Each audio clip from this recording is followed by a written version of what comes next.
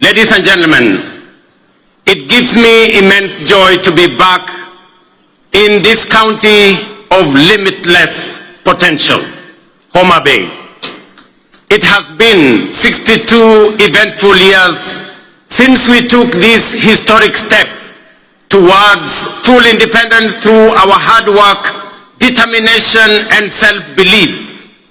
We have defied odds, surmounted challenges, triumphed over adversity, and emerged as a modern democratic state whose government and economy are energized by the restless ambition of confident citizens. Our forefathers knew, as we do, that we, the people, are the foundation, the pillars, and the engine of this nation, and that only we can do the work of building the Kenya we want. More critically, we understand keenly that this country is our home and we have no other.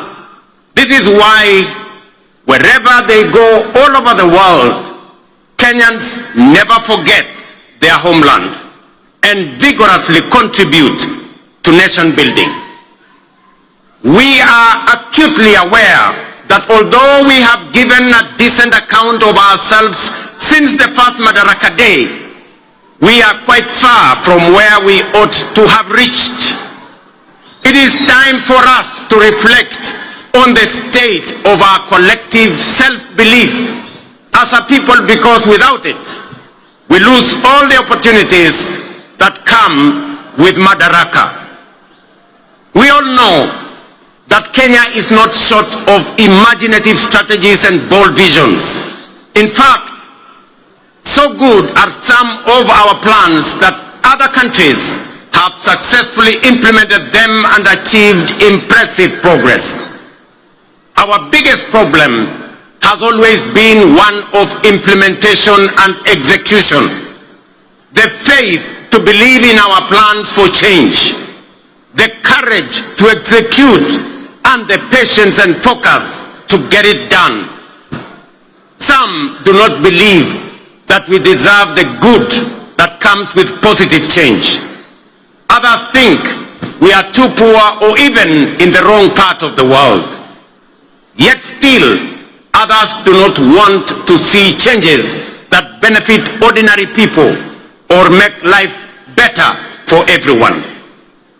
Today, ladies and gentlemen, I want to persuade the doubters that no one else is going to bring change except us, and that the only way to build the Kenya we want is by embracing change, however uncomfortable it may seem at first, and that we must possess the self-belief individually and collectively to approach our tasks boldly, confidently, and with determination in order to deliver new, more and better, sooner rather than later.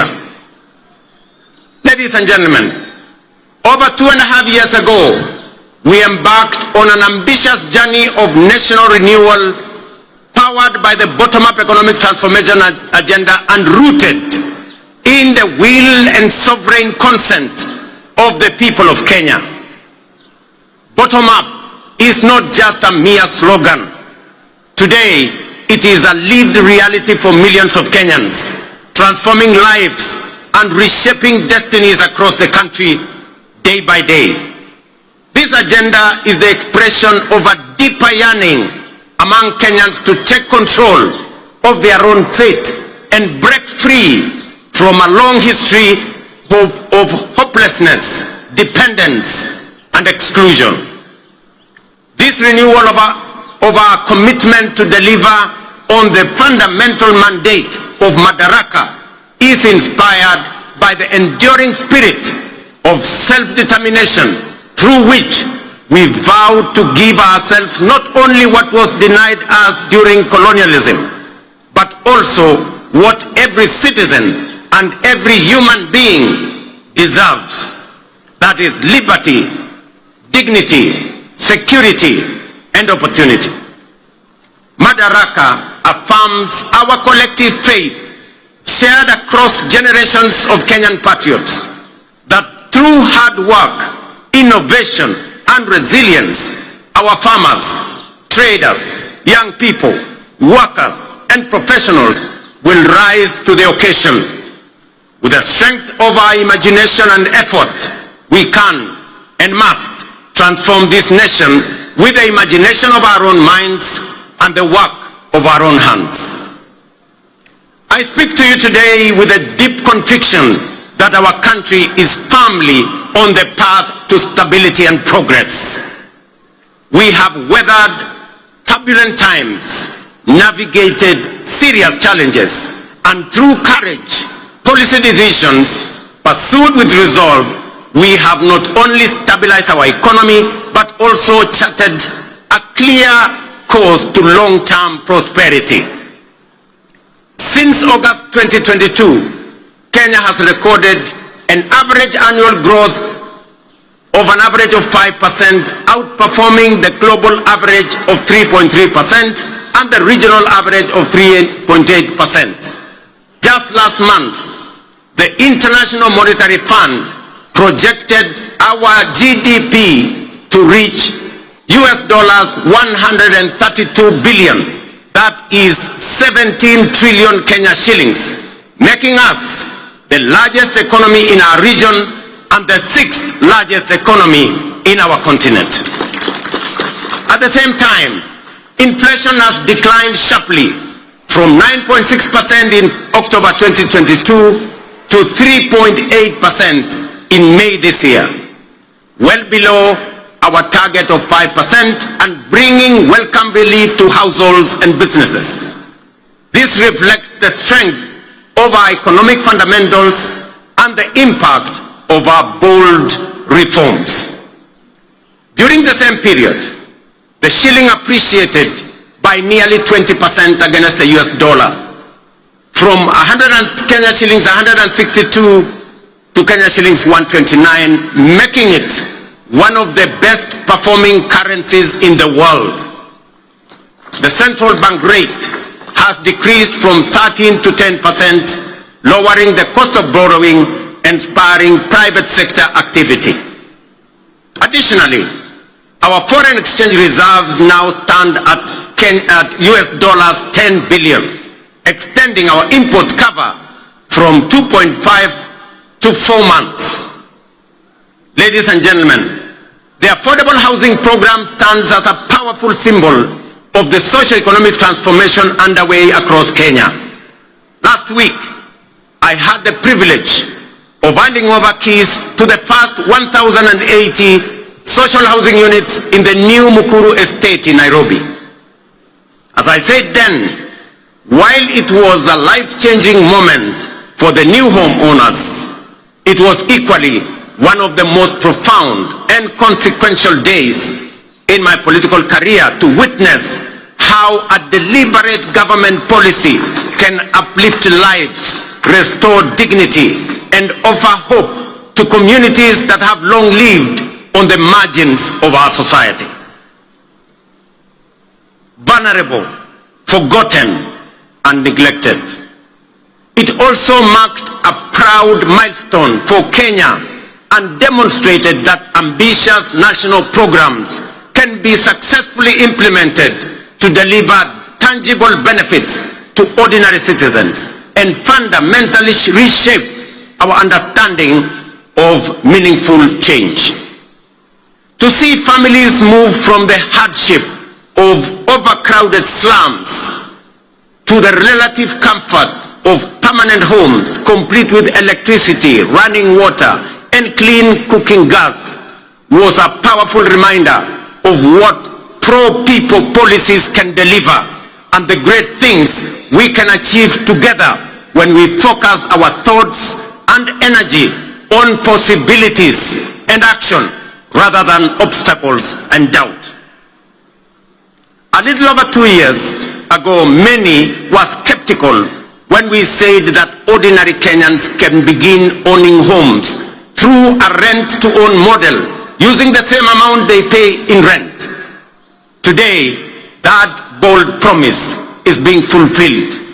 We saw the joy of Cherusha Mudhoni, a mother of 3, grandmother of 4, and second-hand clothes trader from Mukuru kwa Ruben as she stepped into her new home. Here in Homabay County, the county of limitless opportunities, just 2 days ago, I had the pleasure of handing over keys to the first occupants of 110 affordable housing units at Boma Yangu Housing Estate right here in Homabay. Among the new proud homeowners, some of whom are with us here today, were Kennedy Otieno Odede, a border writer, Helen Atieno Osala, a mama samaki at the new modern fish market here in Homabay, Geoffrey Othiambo Nyasuda, a Jua Kali fabricator, and Vincent Ocheng Onyango, a security guard. The journeys of new homeowners like Cherusha Mudhoni in Mukuru, Kennedy Odede here in Homabay, and thousands of others across the country, from the dehumanizing squalor of informal settlements to the security and pride of permanent homes, stand as a powerful testament to the transformative promise of bottom-up empowerment. They prove that with vision and resolve, courage and conviction, we can lift even the most forgotten among us into lives of dignity, hope, and limitless possibility. Ladies and gentlemen, if you didn't understand what we meant by bottom-up, now you do. If you didn't believe, now you believe. And if you thought it was a fantasy, as contributors to the housing levy, you are now witnessing and making history that will be remembered for generations to come in the history of Kenya. We are firmly on course to delivering 150,000 housing units under the Affordable Housing Program, which have been under construction since September 2022, with 11,000 units already available for occupation. Very soon, I shall be handing over keys to new homeowners in Bahati in Nakuru, in Elbakon in Nakuru, in Mabera in Kuria West, in Mgwen in Nandi, in Milimani in Kakamega, and also in Vihiga counties, Nanyuki, and many others across the country. The bottom-up transformation is reaching every corner of Kenya, leaving no one behind. Beyond providing dignified shelter, this transformative program is driving job creation, having already generated over 250,000 jobs. It is nothing short of a nation-building revolution, uplifting lives, growing businesses, and redefining the future of work and urban living in Kenya. Fellow Kenyans, in recognition and appreciation of the sacrifice made by patriotic Kenyans through their contributions to the housing levy, I am pleased to announce today that we shall be proposing to Parliament a reform to the law that will allow any contributor to access an affordable home loan of up to 5 million shillings at a single-digit interest rate, applicable towards any housing unit in the market.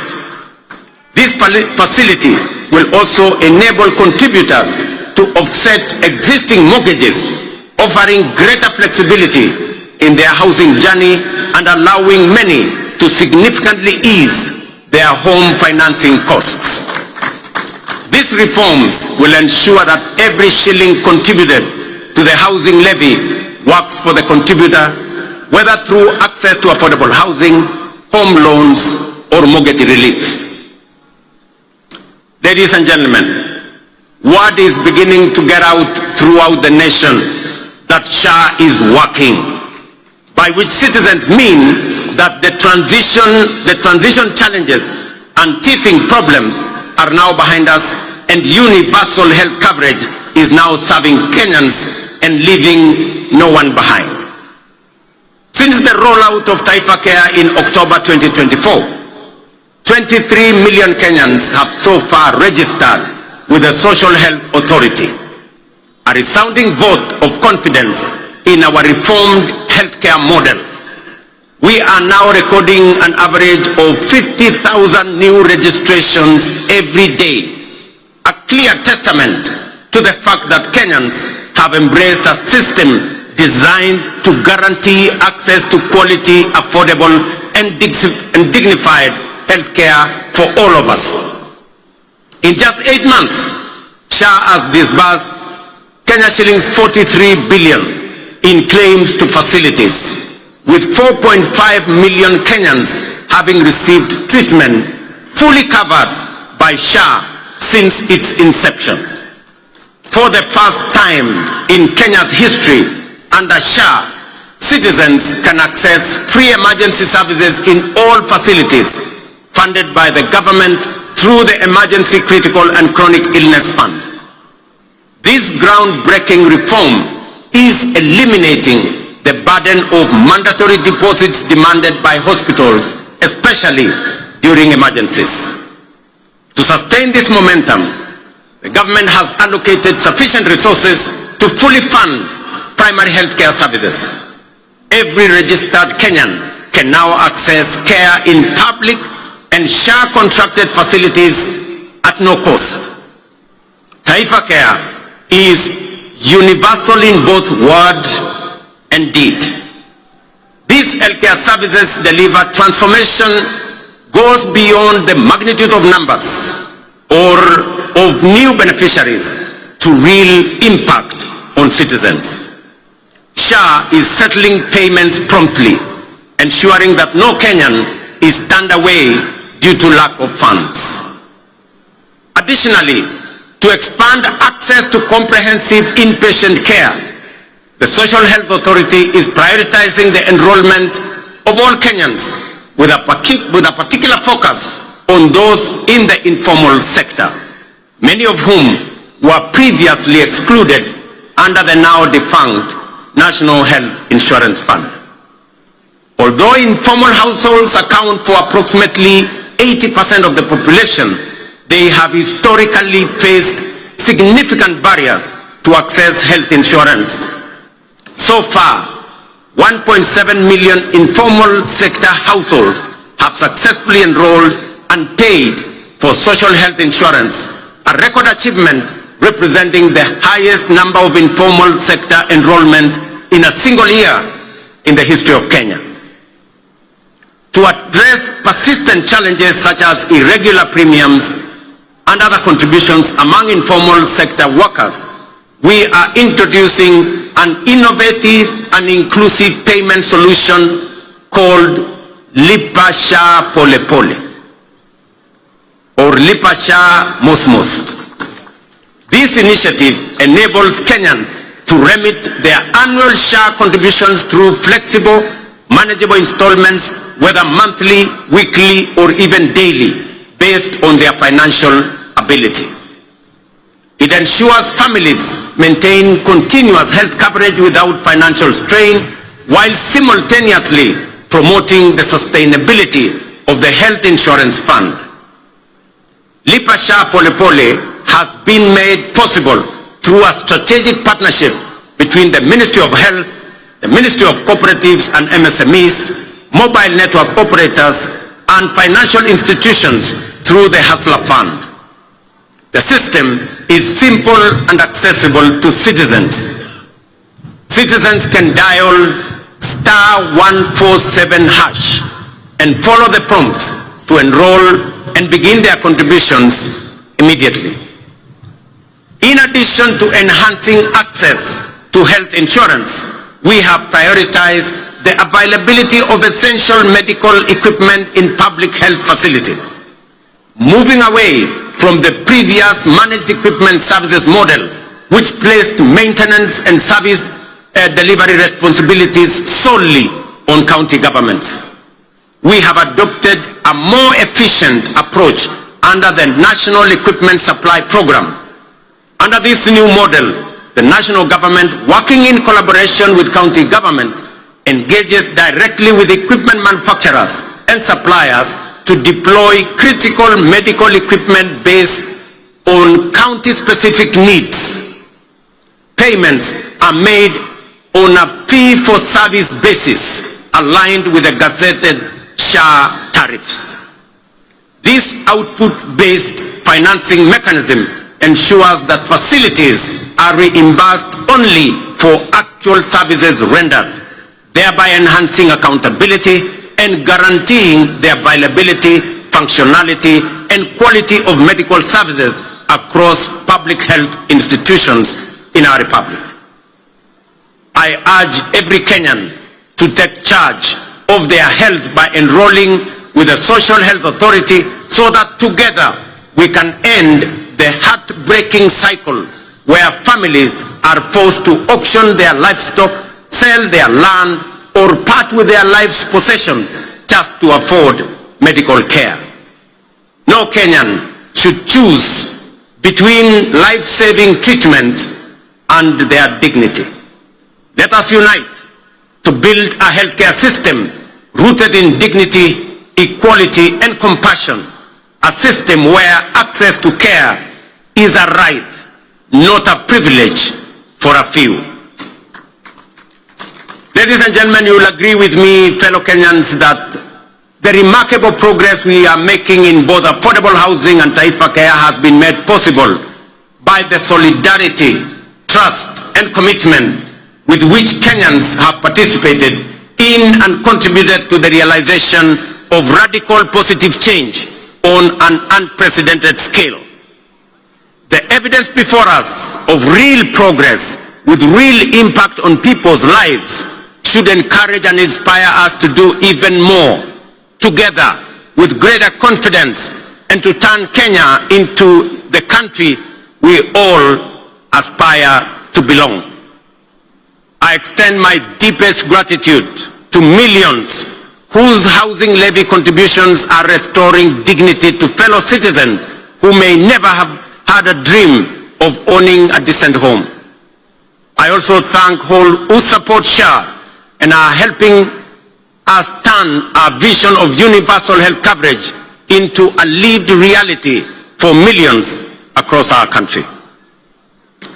Ladies and gentlemen, through strategic investments in agriculture, we are accelerating both growth and resilience in the sector. Fertilizer subsidies have boosted food production by 50%, while reforms in the coffee and sugar sectors have revived local industries, enhanced farmers' incomes, created jobs, and reinvigorated rural economies. Today, milk farmers are earning an average of 50 shillings per litre, up from 35 shillings 2 years ago. Coffee farmers are now earning up to 150 shillings per kilo, a remarkable increase from an average of 65 2 years ago. Tea earnings rose from Kenya shillings 138 billion in 2022 to 215 billion in 2024.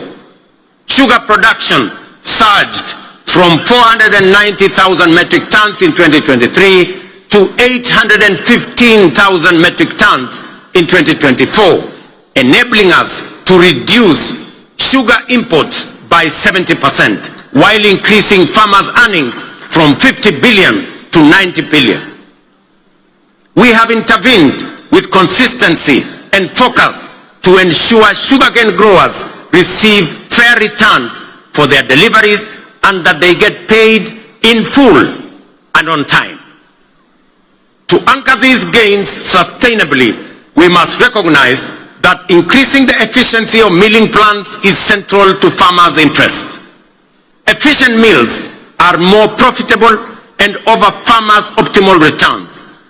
Conversely, outdated mills, some of which run on plants that are over 50 years old, recover only 1 ton of sugar from nearly 20 tons of cane, shortchanging our growers and robbing them of their sweat.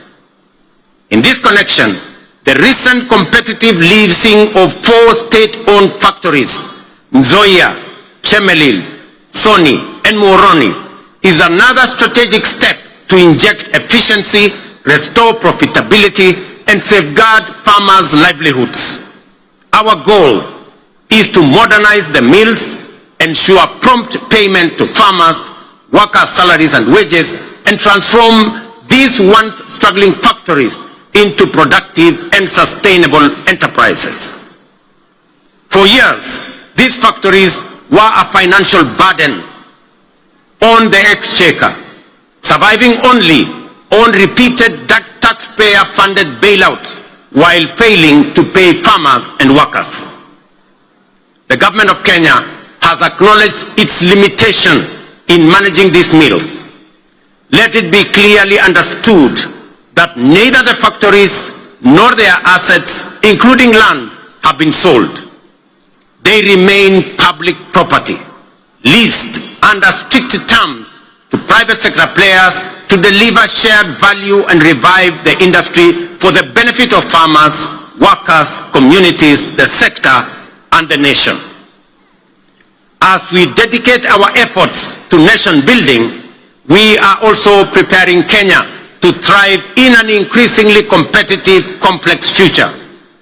This requires equipping our learners with the knowledge, skills, and mindset necessary to seize opportunities and contribute meaningfully to national development.